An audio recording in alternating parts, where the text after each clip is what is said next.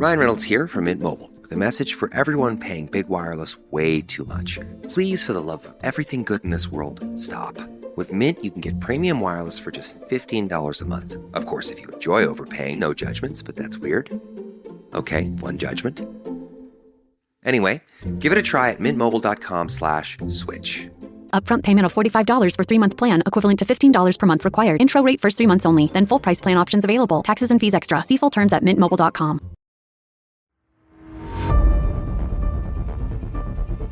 And I left, and I was halfway home when my phone rang, and it was the girl I had just left at the hotel.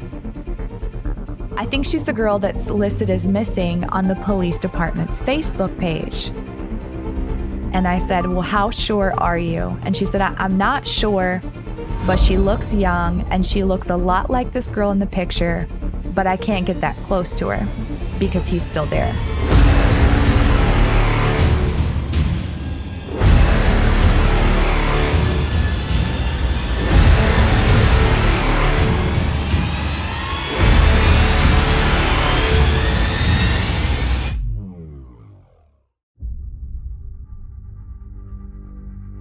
Welcome to Critical Incidents Podcast, where we explore life-defining moments. I'm your host, Kyle Ashley, a law enforcement veteran with over a decade of experience. Each episode, I'll be interviewing people about their own critical incident, a moment in their lives that shaped who they are today. From life-threatening emergencies to personal struggles, we'll hear firsthand accounts of resilience, determination, and the power of the human spirit. So sit back and let's dive into the critical incidents that shaped their lives and made them who they are.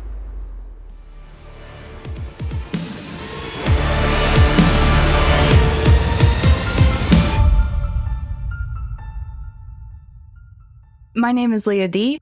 I'm host of Leah Dee's podcast, and for the past several years, I've been working as a victim advocate with those who are victims of human trafficking. My critical incident was when I responded to the trafficking of a minor. My first experience was when I had a very close friend who went missing, and his family was looking for him, and he was actually reported missing. He had left a hospital against medical advice, and at the time he was suffering from a mental health crisis and didn't know his own name. The family was getting very limited cooperation from law enforcement. They kind of took the attitude that he was someone who suffered from substance abuse. And I believe the detective on the phone at one point, her exact words were, "You'll find your friend. He'll be overdosed in a ditch somewhere."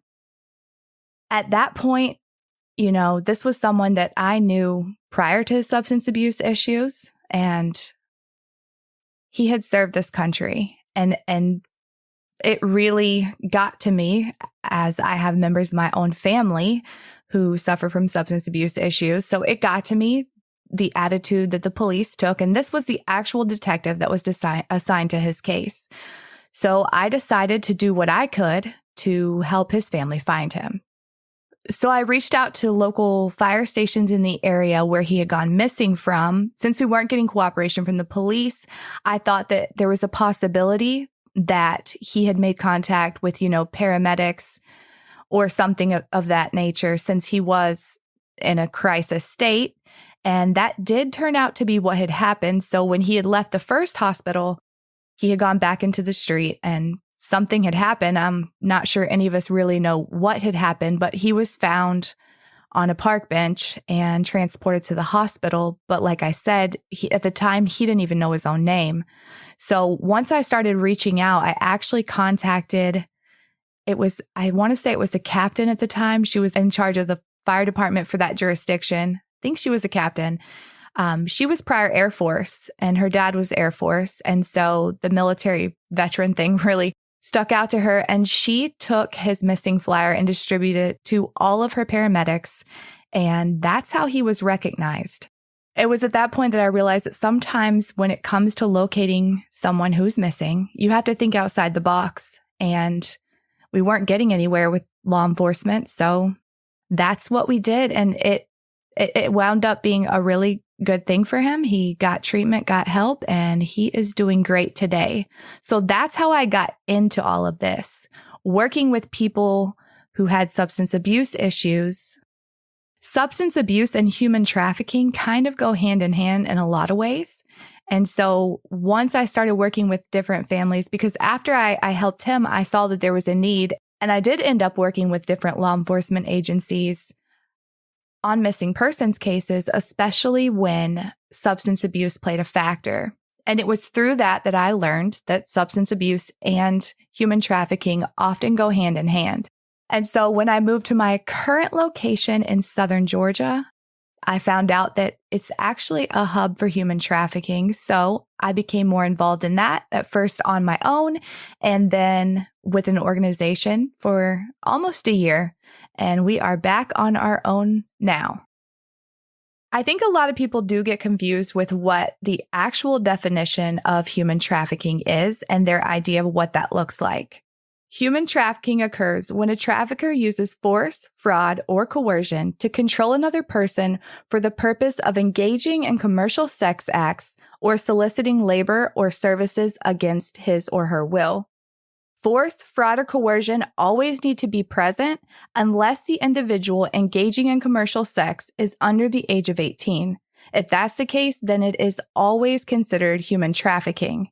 And in my story, that was the case. So a lot of the hotels in our area are run down, and there are people who live there who have just fallen on hard times, or a lot of the girls that live in those hotels do work in the sex trade. And so I had been there that day checking in because I do have a relationship with several of the girls that live in those hotels.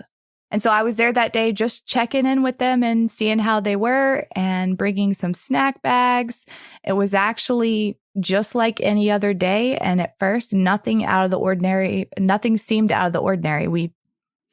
I went and seen one of them and we talked and we chatted and I gave her snacks, and there were about 3 or 4 more girls. I did happen to notice a guy that I had never seen before. And this particular hotel was one that I'm very familiar with. And I did notice a guy kind of hanging on the corner, and he was someone I didn't recognize, and he did not want to engage with me, which is odd because people do know why I'm there, and everybody likes snacks. So even though I'm there for the girls, a lot of times there are males that'll come up and ask if they can get a snack bag or just come by to say hey. So when I'm going down to the hotel to visit, I think of it as kind of an outreach. I'm just there to let them know, especially the girls who I do know are engaged in commercial sex work. Some of them are there because they want to be, but there are several that are there because they have to be. I said before that substance abuse and human trafficking go hand in hand. A lot of the girls have substance abuse issues, and so the way that they fuel their addiction is through sex work. And when someone is in control of that, like for many of the girls, they do have what you would call a pimp who takes a cut of their money and provides them with shelter and usually drugs. In order for it to be considered human trafficking, you do have to have fraud, coercion, or force. But what you also have to have is an exchange of money. And it's not always money. It can be anything of value, which could be shelter, food. It could also be drugs if someone's addicted. So they have to engage in these acts to get the substance that their body needs at this point because it is an addiction.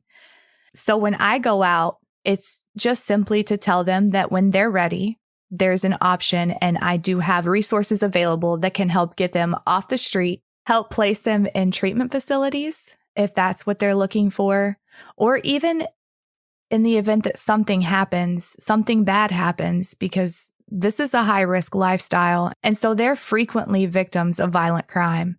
And if something did happen, to get them to the right police officer. Because if there's one thing that I've learned, is that the right officer can make or break them coming forward.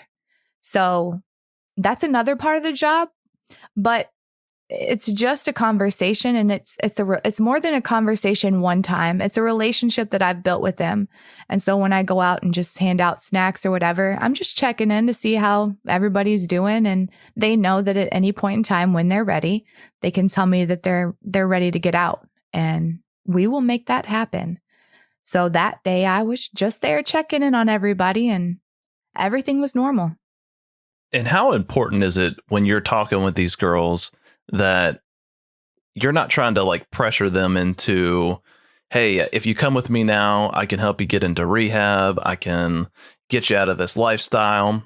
I know that's a part of the conversation, but is it something that you bring up often, or is this like a decision that they have to make, like, because you're there regularly, they know that that is always an option, and sometimes they're going to run into a situation where they're just done with the lifestyle that they're living and they're ready to get out of it? So that's the most important part. It's not a conversation that you have every day. I'm not there to pressure them out of the lifestyle. I'm not there to judge them for their lifestyle. I'm simply there to let them know that when that day comes that they're ready, or if they're not ready to even leave the lifestyle, but they're ready to come off of drugs, or they need something to eat. That's what I'm there for. I want them to know that there's an option and there's a way out. And so most of our conversations are pretty basic and pretty normal. It's kind of like, hey, how are you? How are the kids? A lot of these girls are mothers, and some of them do have visitation, obviously, with their children. And so they ask about mine and I ask about theirs, or how their day was. So a lot of the times the conversation is just as normal as if you were talking to a friend, because ultimately I feel like that's what we end up becoming is it's just friends. I'm just there to let them know that when they're ready, they can get out. And I'm also there to make sure that while they're living that lifestyle, they have the basic things that every human deserves. So when they do make this decision, for example, and it's 3 a.m. in the morning and they call you and they're like, hey, Leah, I'm done. I need out. Can you walk us through like the process and what do you do in that situation? So the process for someone coming out would be first for them to, for me to assess their individual needs, because like I said, it could be a different situation with any of them. So some of them would just need drug treatment. Other ones would need a safe house because they're escaping actual human trafficking. So I would evaluate the situation and see what resources were needed. And then from that point, there are different organizations that actually provide the treatment. There are resources out there and places for these girls to go, because sometimes they need a safe house. Sometimes they need drug treatment. So it would just be matching them with their need. And then it's on them. I'll provide the transportation. I will come and get you there safely. But then it's on them. There are applications that have to be filled out for each place in an interview process. And we would work on that quietly until the day it is the day to leave. And understand that sometimes when they say they're ready, you have to be ready to leave. You have to be ready to leave at that very moment and get them somewhere safe. So there are places where they can be taken, and then we can work on their application process at that point when they are safe. But it's that simple. It's that simple. It's like, I'm ready to go. And if we just go, and sometimes it means just figuring it out on the fly. Like, we got to get you somewhere, and then we've got to figure out detox, and then where to go after that. Because someone who's been the victim of human trafficking is going to need more than drug treatment, and they're going to need specialized counseling. I feel like a lot of times they need someone who knows what they've been through. And these places that specialize in that, they have people there that are also victims. And, it makes the girls feel a lot less alone. So you're down at these hotels this particular day, and you come across a guy standing on the corner that you don't recognize. And so what happens then? So I didn't recognize him. And it was odd because, it's a small hotel. It's like very small. And so if you're standing on one end, you can yell to the other. It's not multi-layer. It's just a one-level hotel. And he was on one end and I was kind of in the middle. And I was handing out snacks and talking, and some of the girls needed feminine hygiene products. So I remember going back to the trunk and watching him to get some out of the back of my trunk for them. So I remember watching him, and he was watching me pretty intently, but he definitely didn't want to make any kind of contact. He didn't want to talk to me, and he didn't really, I could tell that he was, how you can tell someone's doesn't want you to talk to them. Like his body language said it all. Like he just wanted to stand on that corner and watch what he was watching or whatever he was doing. But he wanted nothing to do with me, which was odd because a lot of people know that I got snacks. So I finished up the day and I, talked to my girl and everything was fine. We kind of chit-chatted about how her week had been going, and she got some snacks. Another girl got some feminine hygiene products and soap, and we chit-chatted, and I left. And I was halfway home when my phone rang, and it was the girl I had just left at the hotel. So she called and she said, I know that you just left, but remember that guy that was standing on the corner? And I'm like, well, yeah, he seemed kind of off. And in my mind, when I was standing there and he was acting the way that he was, I'm not going to lie, I was silently judging that maybe he knows what I'm there for, because there are some people who know that I'm there to help girls get out. So I was silently thinking in my head, like, well, maybe that's why he's so standoffish. And she said, so the girl called and she said, do you remember that guy? There's a young girl in his room. I think she's the girl that's listed as missing on the police department's Facebook page. And so we stayed on the phone and she sent me a picture, a screenshot of the missing person poster. And it said it was a runaway juvenile. She was 16. And I said, well, how sure are you? And she said, I'm not sure, but she looks young and she looks a lot like this girl in the picture, but I can't get that close to her because he's still there. So I just remember shaking because this girl, I've known her for a long time. And when she tells you something, you need to listen. She has her ear to the street and she has lived in that particular hotel for quite a while at that time. And she knew everybody that came in and out of there. And she said, I really feel like it's this girl, but I want you to come back and make sure that I'm not wrong. And so I remember just feeling, I don't get scared, and I was nervous because I don't particularly work with minors. Like I said, if a minor is engaged in any kind of commercial sex, that is human trafficking, and that is 100% do not pass go.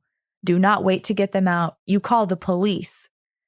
So it's not something that I typically deal with. It's something that I've dealt with. It just comes with the territory, but it's very nerve-wracking for me because I know what the stakes are. That's somebody's child. This girl was 16 years old. She had no business at that hotel in the first place, and she damn sure had no business with a grown-ass man, and that's what he was. So I sat there for a minute thinking, okay, what do I do? Do I tell her, yeah, call and report it? Because it's easy to report it. There's a 1-800 number, and that's what you do. But something told me that I needed to go back. So I did. But I didn't want to be obvious because that's the other thing. If I show back up after I just left, I have a pretty set schedule at this point in time of when I'm there and when I'm not. They know what days I'm going to be there. It was 2 days a week. I would actually come by. I'm always available by phone for the most part. So if I come back, people are going to know something's up. And you don't want to alert the entire hotel because this is a high crime area and, bad things happen. And if they know I'm coming back, and that's the reason, because he obviously, if that's what's happening, this guy knows she's a minor. So if I go back, he knows I'm probably going to call the cops, and that's not going to be taken so well, especially a minor, because it sounds awful to say, but it's true. Their value on the street is higher than an adult. So he's not going to want to lose that. So I remember being nervous, and like I said, I go there twice a week. It's not something I'm nervous about, but I just didn't know what my explanation was going to be. So I was trying to cook one up on the way over there. So I end up calling her back, and I'm like, hey, I'm going to bring you food. You're hungry. So that was another thing that I would do periodically. Sometimes I would take the girls food that they requested. Like they don't have vehicles, so they're stuck in this one area. So one of my girls in particular, she really loved Long John Silver's. So every now and then I'd pop in there and bring her something hot to eat. So that was the plan I came up with. I'm just going to act like I'm bringing her food because I can't think of anything else I can do at this point. I mean, I was just there for an hour. It's going to be obvious. You can see the entire parking lot from any room in that hotel. So I popped by the local Burger King and I got her some food. And it was so funny because on the phone, she's going, "Don't waste your money. I'm not hungry." And I was like, "Listen, I need you to be hungry right now. Like you're hungry and I'm going to bring you this food. And I don't care how not hungry you are. You're going to act like you're eating it." So it took her a second. She's like, "Oh, okay, I got you."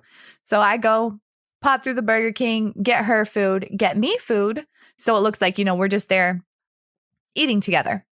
So I pull back up, but she's not outside. My girl's outside, but I don't see the girl that she's describing and the girl from the flyer.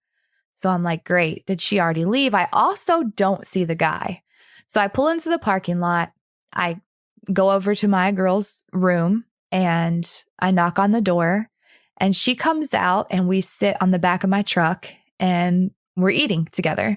And I said, where are they? And she said, they're in room number such and such. And so from where we're sitting, we have a pretty good view of their room. And it looked like at first maybe they had left and nobody was in there and she had missed it because the curtain was pulled. You couldn't see anything in there.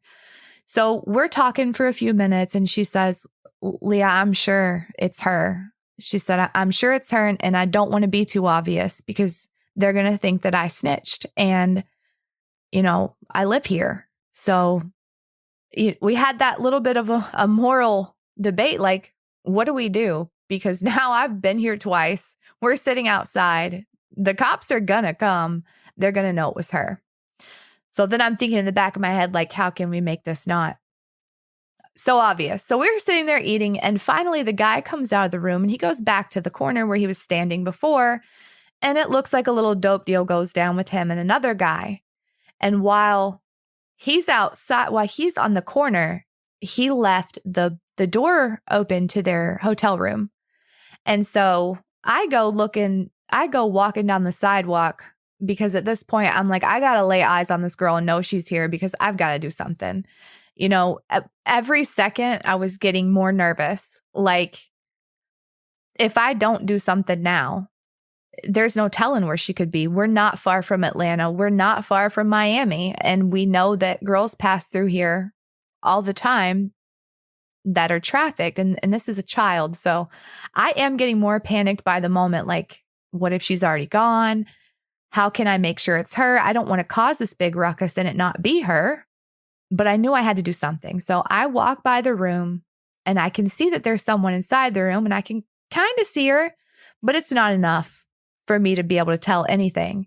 So I just ended up walking by him because the other part of my job is that I do know who some of the traffickers are. I didn't really recognize him from a distance, but I thought, well, maybe he'll say something that'll give me some type of clue. So I walked by him and I actually spoke and asked him if he was hungry because I still had French fries and stuff left. Well, he wanted absolutely nothing to do with me once again. And he made sure I knew that in the way that he addressed me. So I walked back over to my truck and I waited and we drank our drinks real slow and we just kept talking. And finally the girl walked out of the room. And when she walked out of the room, she spoke to him on the corner and then she walked into another room, which was not the room that they had. It was a completely different room. And at that point, I knew that something was off because they already had a room that he was sharing with her. Why would she be in another? Why would they have two rooms? We're talking about the poorest section of town. We're talking about people who don't have much money. You don't stay at that hotel because, it's vacation. You stay at that hotel because times are desperate. A lot of the people that are in that hotel have lived in that hotel for years. So it was odd that they would have two rooms. And then I thought, well, maybe it's a friend's room, but she went in there with a purpose. And then a few seconds later, a car pulled up with a guy. And he went down and talked to the guy that was on the corner that she had been with. And then he looked around and got in his car and left. And I thought, I think it's my presence here, why that guy didn't end up in that room. Or maybe it was a negotiation over money. I have no idea, but I knew in my heart that that guy talking to the other guy in the corner had something to do with the girl in the room. So after the guy left, she come back out. And this time I made sure I was standing on that sidewalk where I could see her face. And as soon as I seen her face, I knew it was the girl from the Facebook post. I also want to note that when she walked by me, at first she avoided eye contact. She was looking dead at the ground. And then when she got close enough where I could see her, but there was a pillar blocking the view of the guy standing on the corner who was watching her. Like, let me just tell you, he followed her with his eyes from the moment she walked out of their room into the other room. He followed her on her way back. He didn't take his eyes off of her. And if she was in a room, then he was looking at that room. So at first, when she was walking by, she kept her face turned down. And then when she got close enough to me where there was a pillar between me and him, and so if he was looking, he wouldn't have been able to see, she did raise her face towards me, and she had a look in her eye like something was wrong. And then as soon as she stepped past me and back in his view, she looked back down at the ground. So I knew 100% this is what's happening. So I couldn't call 911 right there in front of God and everybody. So I wrapped up my conversation with my girl, and I told her I would take care of it because she was very concerned. At that point, she's like, look, we're both sure. And I said, don't worry, I'll handle it. You just go in your room and act like you don't know what's going on. And I'll wait a few minutes, but I'm not going to wait more than 5 because this has to be handled right now before, they're tipped off that I know something. And he takes her. So I drove to a location that I could still see the hotel from, but he couldn't see me from the angle of the hotel, and I was in a different parking lot. And I immediately called a detective that I had worked with in the past and had a great relationship with, and knew that he frequently worked in that area. And so I told him what was going on, and I decided just to be sure I was going to hang around until officers arrived. And so I did. I hung out in the other parking lot and waited for officers to arrive. They showed up ever so quietly. It wasn't lights blazing or anything crazy like that. They were already, I had already told them the room number and they were in this room and his description and her full description, and told them that I was 99.9% sure that it was their runaway child. And so they came in, and at first it was just one cop.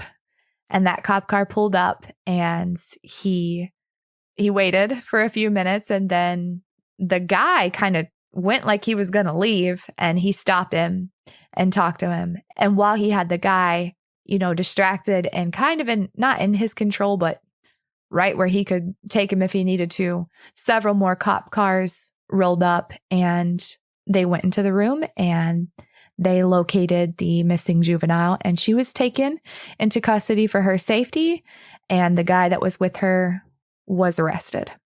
So ultimately, you were able to get this girl out of the arms of what we presume is a human trafficker.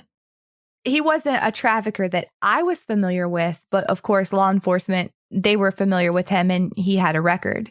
So he was apprehended, and he was eventually charged with crimes relating to that situation. And she, of course, since she is a minor, I don't get much information, but I do know Child Protective Services was working with her to get her in a safe place because she did have some issues at home. What did you learn from this incident, and how have you used that to help others? I think there's 3 main things I learned. Number 1, not to discount someone because of their situation in life. So this is one incident where a girl who engages in commercial sex and has addiction problems was able to save the life of a child. This is not the only situation that I've even been involved in. And I think a lot of times people discount girls like her or women like her. She's not a girl. She's a full-grown woman, but they discount them because of their situation in life. But just as much as I cared about that little girl who was 16 in the hands of a human trafficker, my girl is the one who initially made the call. She called me because she knew that I knew somebody who could handle it. And I think a lot of times people don't listen. And I know that there are some in law enforcement who, at least in my area, who will discount the information because of the source. Those girls that have lived that life or are currently living that life know the risk and the danger involved with it and the heartache that can come with it. And they, more than anyone, are going to protect a 16-year-old child that's out there. She wasted no time calling me. As soon as she had the suspicion, it was done. And I questioned her safety, but she never questioned her safety. So I think for me, that was one of many lessons my girls taught me. And that was that they care. Number 2, I learned to kind of trust your gut. I mean, there were moments in time, because this didn't happen very fast. There were plenty of moments where I could have said, no, maybe she's wrong. I'm going to go home. I had things to do. But I stayed, and I stayed because I couldn't leave that place and know that there was a possibility that a child was there. And I think the other thing I learned is that was a bright, shining example of the fact that trafficking doesn't look like trafficking. I mean, we all expect and we hear horror stories, and yes, it does happen that way sometimes, and someone is snatched up off the street. This girl was lured out. This girl was having trouble in her home life. She was a teenager. She left willingly. She went with this guy, I'm sure willingly. I don't know all the details of the case because that wouldn't be something I'm privy to since she was a minor. But I do know that there was no forced kidnapping because that would have been in the wanted poster. She was a runaway. She left her house willingly, likely to meet up with this guy. And listen, I'm sure he promised this girl the world because they all do.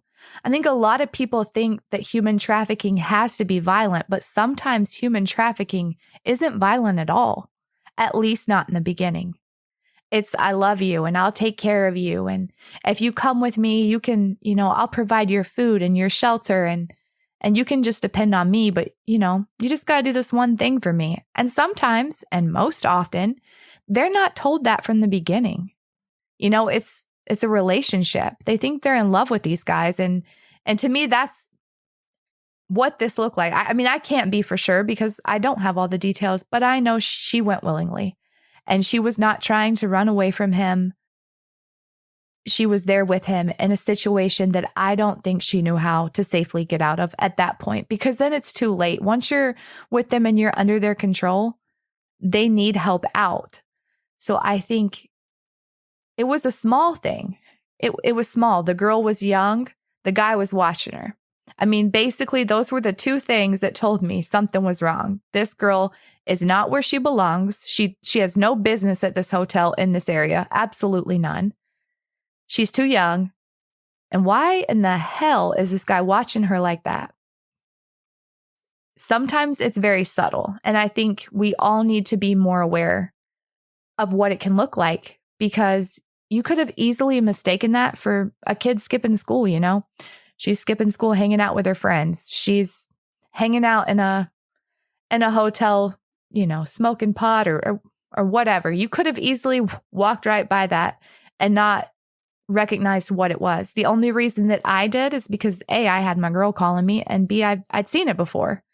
So I think the main lesson that comes from that is it's not always what you think it's going to look like. Sometimes it's so subtle that if you blink, you miss it. What resources can everyone who's listening use? And what would be a good way to kind of go forward with if they think something isn't right, or if they think that there might be a situation where they see human trafficking or commercial sex work? What should they do? So I would encourage everyone to visit polarisproject.gov. There is actually free training available on the site. You just have to fill out your name and your email. It's completely free. And at the end of the course, you are given a certificate stating that you completed Human Trafficking 101, but it will teach you how to recognize the signs. And there are some survivors' stories on there. And I always think that's the best way to learn, is to hear it from someone who lived it. Those stories are amazing, and it shows you just the different aspects of human trafficking. There's all kinds of resources on the website. And if you find yourself in a situation where you suspect human trafficking, the best thing you can do is call. So I think that depends on the situation. If you think someone is in immediate danger, even if you're not 1,000,000% sure, it would always be better to call and be wrong than to not call and be right. So if you see a situation such as that one with a minor, you should call 911 because that deserves an immediate response. If it's a situation where it's an adult and you don't think that person is in immediate danger, because if you believe an adult's in immediate danger, obviously call 911 and report it. But if you happen to see an adult and you have a suspicion that she's being trafficked, but you don't feel at that point in time she's in immediate danger, you can call the National Human Trafficking Hotline. Someone's available 24/7 and they can speak 200 languages. The number is 1-888-373-7888, or you can text the words "Be Free" to 233-733. That also goes for someone who is a victim of human trafficking and just so happens to be listening to this episode. There are resources available, and there are people who are willing to come in there and get you out and get you to safety and get you the help that you need, whether it's housing, whether it's food, whether it's drug treatment. There's always a way out. And I would encourage anyone who maybe even has a family member, because that's another thing I don't think people realize is sometimes it's not a stranger down the street that's being trafficked. These people have families. And if you suspect your family member is being trafficked, you can call the hotline as well. They have resources for literally everyone, and it's completely free. So I think a lot of times there is this judgment immediately, especially someone who does commercial sex work. But not even just that. There's also this judgment of someone who's suffering from substance abuse issues. And people feel as if this is the life that they chose. This is what they want to do. They're the ones that have stuck the needle in their arm. They're the ones that, that are crushing the pills, whatever it is. And yes, at some point, for most, not all, because here's another thing that people don't understand about human trafficking is sometimes the cage is the drug. Like we think we have these horrific images of people locked in cages. And does that happen? Yes. More often in other countries. But does it happen in the United States? I'm sure that it does. But they don't even need that anymore. They have all these different substances at their disposal. So sometimes these girls never even made the choice that, hey, I want to shoot heroin. That choice was forced upon them by their trafficker. That choice was forced upon them when they were teenagers or children. I mean, there are some of these girls that have been out there that I personally know since the age of 12 and did drugs with their parents because that's what their parents did. And, they didn't get a choice. So they don't always have a choice. But for many, some willingly start off that way. Some willingly take the drug the first time, to escape something or maybe just to have fun. But at a certain time, their bodies and their brains are chemically dependent on this substance. So now they're taking that shot. They're taking that hit. They're snorting that line simply to function. It's not fun anymore. I don't think anyone could look at someone who truly suffers from an addiction problem and has made it to the point where they're living on the street and say, hey, that looks fun, because it's not. It's homelessness. It's hunger. It's needing that drug over everything else. And I think a lot of times we're real quick to judge the person in their current state. And we fail to see who they used to be or who they have the potential to become. Two of my very closest friends are in recovery. I knew them before, I knew them during, and I know them now in recovery. And there were points in time where I myself wanted to give up and say, you know what? We've done this before. You've been to rehab before. You've tried this. We tried this. It didn't work. This must just be what you want. I understand the frustration and I understand the judgment. Like from the outside looking in, you're like, why in the hell are you doing this? But I just don't think you ever give up on someone. And I think it does us a lot of good to understand, to try and understand, okay, this was a choice at some point, maybe, but it's not anymore. And how can I help them heal?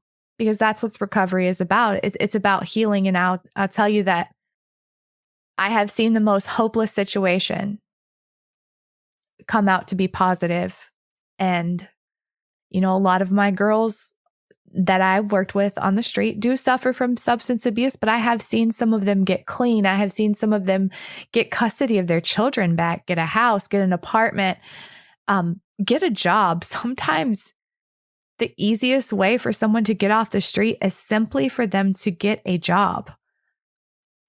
I have seen that work where it was just, you know, they just needed a job and a way to provide for themselves so they didn't have to rely on a human trafficker. It was that simple. So I think we really need to decide that someone's value is not equivalent to their current situation in life. And that even that person that you see on the street corner who's homeless and likely dirty and probably shot up 45 minutes ago, he's somebody's kid. Somebody out there loves him, and he has far greater potential than what you see in that moment. And I think we should be trying to help those people reach that potential. Instead of being judgmental or instead of saying why, we should ask how we can help. And just wait till they're ready, because sometimes they're not ready. Just like I said, I've had friends, it's taken 4 or 5 times. And hey, they got it on the 5th time. Is that frustrating for a family? Absolutely. But is it worth it in the end? Yeah, it is. So when we're talking about statistics, it's estimated that there are between 24.9 million victims worldwide at any given time. These victims are of all ages, all backgrounds, all nationalities. Some other nonprofits that work against human trafficking estimate that number is even higher and somewhere around 40 million.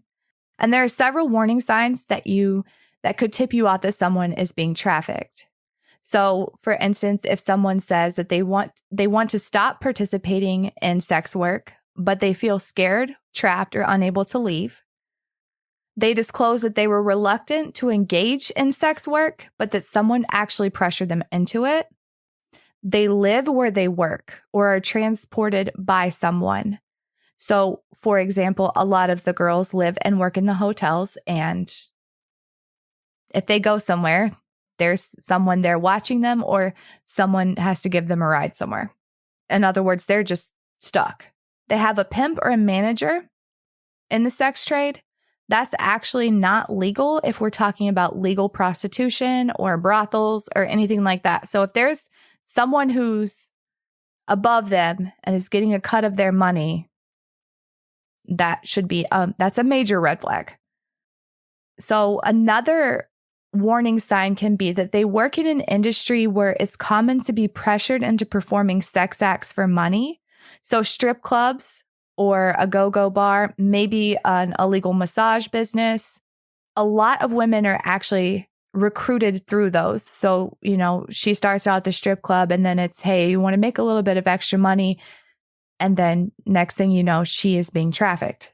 Someone who has an older or controlling parent, guardian, romantic partner, or just anyone in their life who seems to be controlling them. So, for instance, they won't allow them to meet with the person alone. They're always around, or they monitor their movements, what they spend their money on, and who they talk to.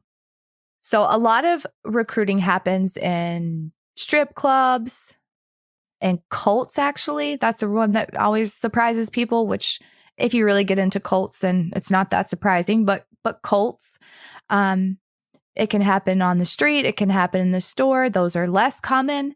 The two most common places for recruitment are actually the foster care system, which is heartbreaking all on its own, and online. So in 2020, the U.S. government released a federal human trafficking report. That report found that 30% of all victims identified in federal sex trafficking cases since the year 2000 were recruited online. Over half of those people who were recruited online were recruited on Facebook. I think that's another common misconception.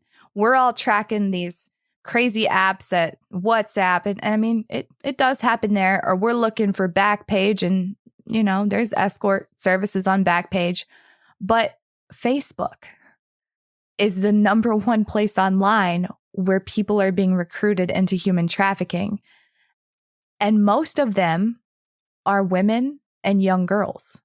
After Facebook, the other two apps were Snapchat and Instagram. And that same report revealed that children accounted for 53% of identified victims in active criminal human trafficking cases in 2020. 44% of victims of sex trafficking were women, and half of those were girls. Prior to the pandemic, the number two top recruiting places were strip clubs and the foster care system. After 2020, all the social media sites flew to the top. And since the strip clubs were shut down, it skyrocketed. And those numbers appear to be hanging up there. So it's almost like they figured out, hey, this is way easier than going into a strip club and actually talking someone into it. And we'll just hit them in their inbox on Facebook and do that right from the comfort of our home or hotel room or wherever the trafficker is living those days. So you have a podcast. Can you tell us what the name of your podcast is and what's it about? So Least of These is my podcast. It's a weekly true crime podcast that covers cases that you won't necessarily find in the headlines. I cover missing person cases, murder cases, both solved and unsolved, with the goal of educating the general public and advocating for justice for survivors. To be a guest on the show, please email CriticalIncidentsPod@gmail.com. Until next time, stay safe.